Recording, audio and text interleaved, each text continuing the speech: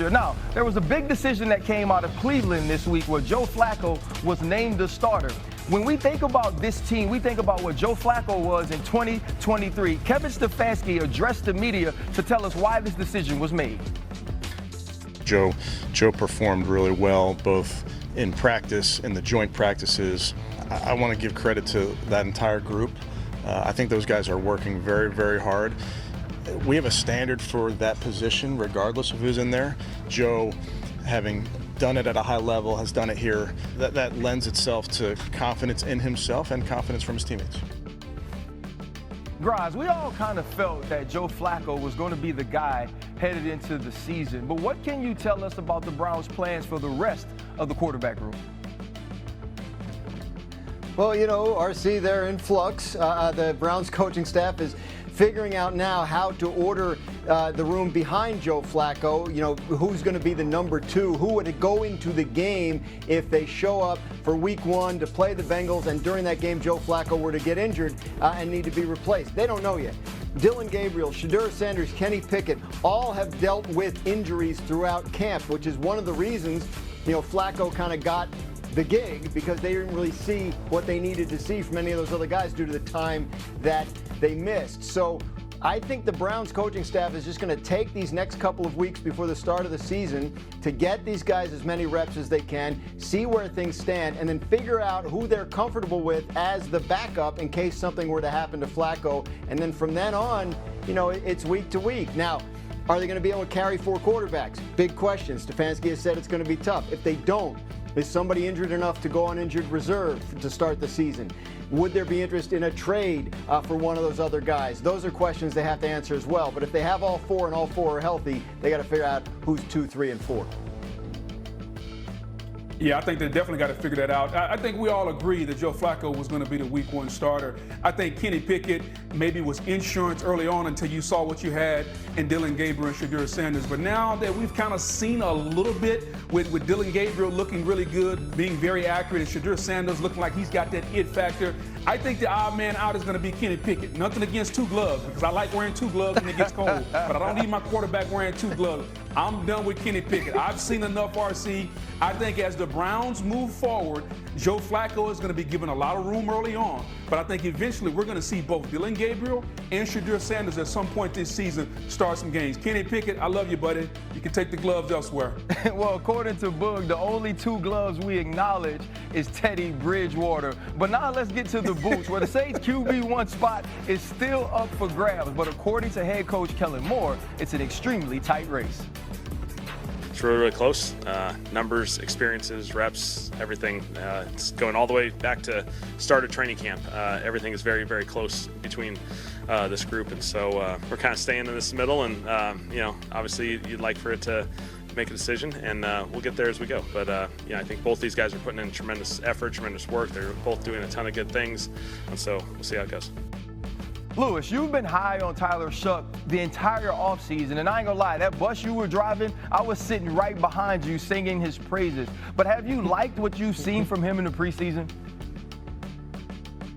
Yeah, he's had some good moments, Ryan. I mean, have they been perfect? Absolutely not. Can you expect it to be perfect? Should you expect it to be perfect? No, but that's the world we live in, especially when you're dealing with a tightly contested quarterback race like that. Everything that he doesn't do good is going to be magnified.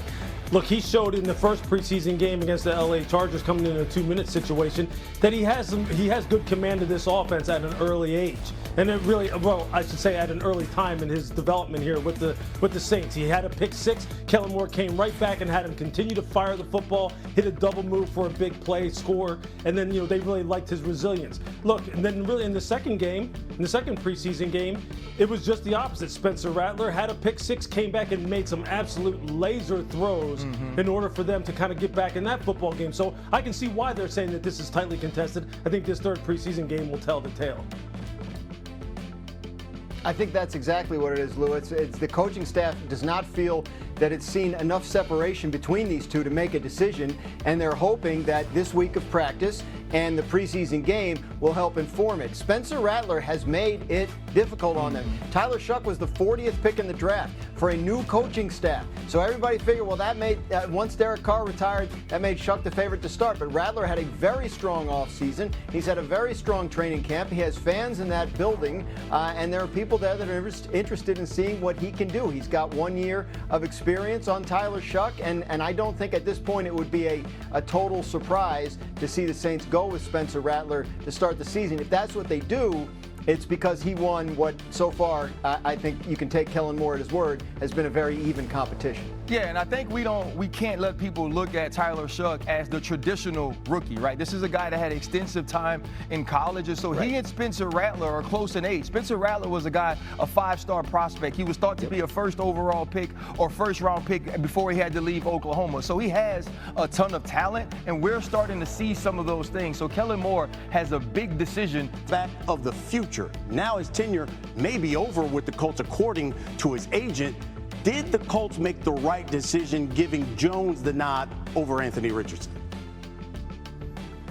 I think you have to drill down just a little bit deeper and ask, did Shane Steichen, the head coach, make the right decision? And I think he did, because it's a decision that's going to affect his future, because he's in a situation now, Brian, that he has to win. And so he's asking himself, which quarterback gives me an opportunity to win?